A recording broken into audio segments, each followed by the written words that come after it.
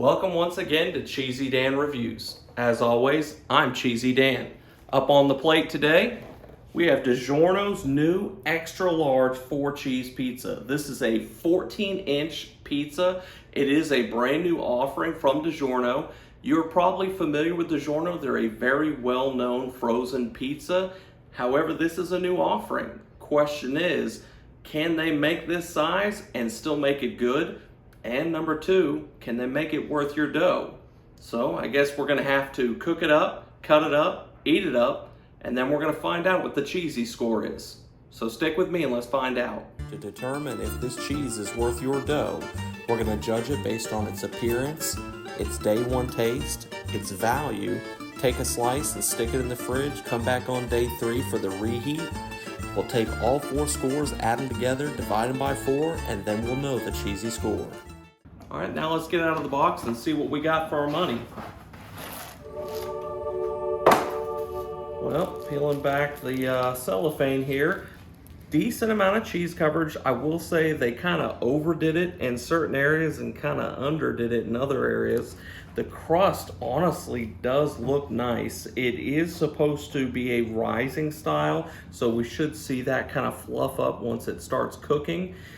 Initial appearance on this one definitely looks like it's going to be a little bit thin here, but we'll wait for our judgment on that once we cook it.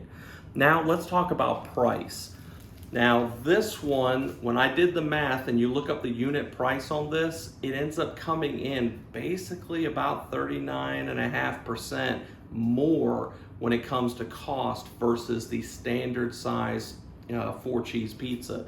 And when you compare them in their per ounce unit pricing, that's a pretty big jump. You're not just simply getting more, you're paying quite a bit more too.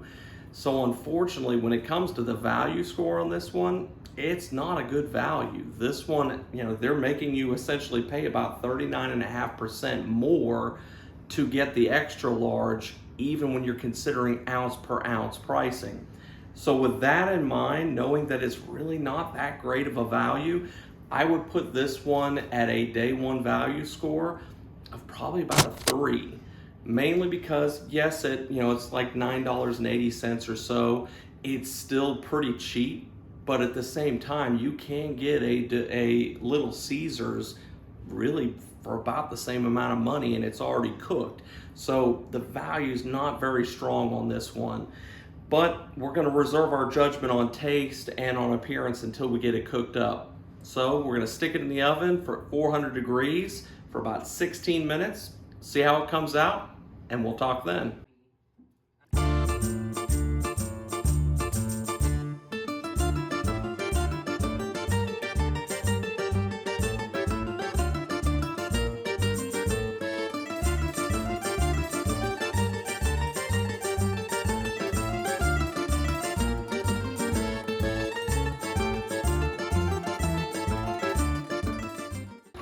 Now that we've gotten a chance to get it good and cooked, it's definitely a good looking pizza. The cheese did spread out a little better than I thought, but as I mentioned, there is definitely quite a few places where the cheese coverage is thin.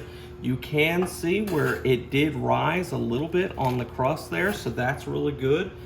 Let's go ahead and cut it up and then we can pick a slice. All right, now that we've got it cut up, let's see, which slice did we pick? Cameraman wants some input. You know what? That's a good slice. We'll go with this slice. So we're gonna pull this one out, let it cool off, and then we'll come back and give it its taste test. Now that it's got just a few moments to cool off, let's get a better look at it. You can see again, the bottom is pretty well cooked. It you can almost smell the crust a little bit more than I am the cheese. I don't know, maybe that's just my nose, but the crust here, it did go ahead and rise just a little bit, and I realized I did not give this one an appearance score, so I apologize about that. As far as appearance goes on this one, with quite a bit of the area missing cheese, and I know I could reorganize it, I could add cheese to it, but of course that's not the point. You're buying it as you're expecting it to be a complete pizza ready to go. I would feel like this one on an appearance score is probably going to be more like probably a 6.5. I feel like if they'd done a little better on the cheese coverage, then it probably would have been more like a 7.5. But, you know, it is what it is. So 6.5 it is. I've already discussed the value score. So the only thing we've got left to do, we need to give it its taste. So let's do that.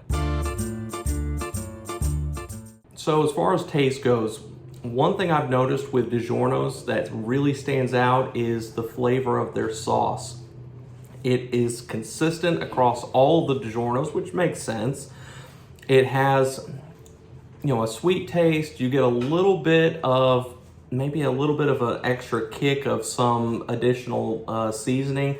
Not quite sure I can put my finger on what it is. Didn't really have a strong flavor profile for this one. It's supposed to be a 4 cheese, but even when you look at it, it pretty much just looks like a mozzarella cheese pizza. And I'm not really tasting any of the cheeses. They're not really standing out. So as far as the day one taste goes, I'm gonna say I'm gonna put this one at a 5.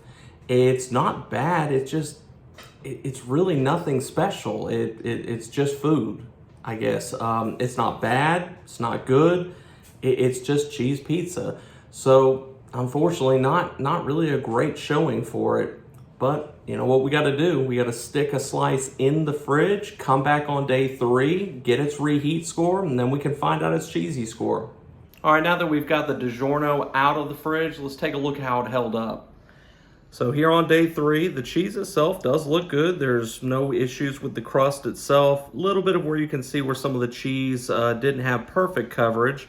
On the back, it's a little spongy, which is an unfortunate side effect some of the times of being in the bag after it's been cooked. But overall, smells good. Let's see how it tastes.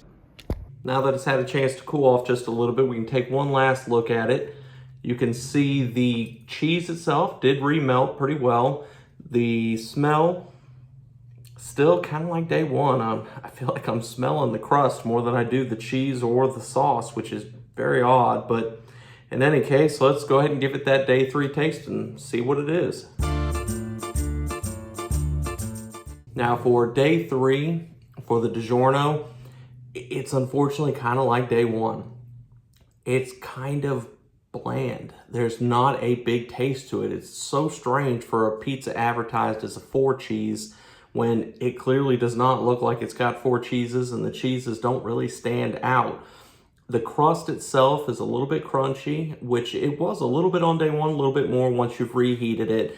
The cheese, the sauce, nothing's really bad per se. It's just not stand out.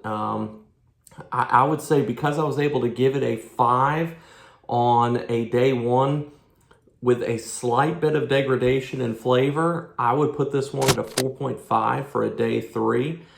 And it's just so strange because it's not necessarily, it doesn't taste bad, it just doesn't have a lot of taste. I guess it's something that you could, you know, eat and fill you up and not necessarily feel bad about, but it's not something that really you get excited about, and especially not for the price. So unfortunately for the Digiorno extra large 4 cheese pizza with a day 3 taste score of a 3, that brings us to a final cheesy score of a 4.75. And honestly, it's kind of a stinker for a Digiorno. And I've had some good experiences and some bad experiences with Digiorno. We know the Digiorno 5 cheese stuffed crust definitely was a terrible pizza to reheat on day 3. This one's not terrible. It's just definitely nothing to get excited about. The biggest problem I'd have with this one is the value part. That's the reason it got a 3 for a value, because it's just overpriced.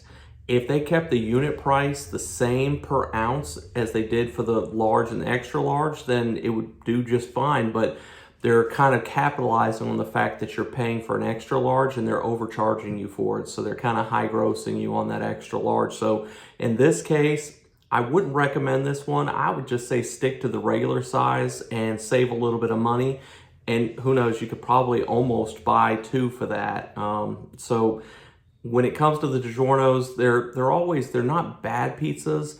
I just don't know you're getting your best bang for your buck. So unfortunately, 4.75, that's going to put this one pretty low on the scale. In fact, this is coming in at number 21 out of 23 rated pizzas. The only two pizzas that are worse than it was the Pizza Hut stuffed crust cheese and the Domino stuffed crust cheese. And it's only just barely above the Digiorno 5 cheese stuffed crust. So not a great showing, not a pizza I would recommend. There's better options that you can see, for the same kind of money. But that's unfortunate. But as they say, until we eat again, stay cheesy.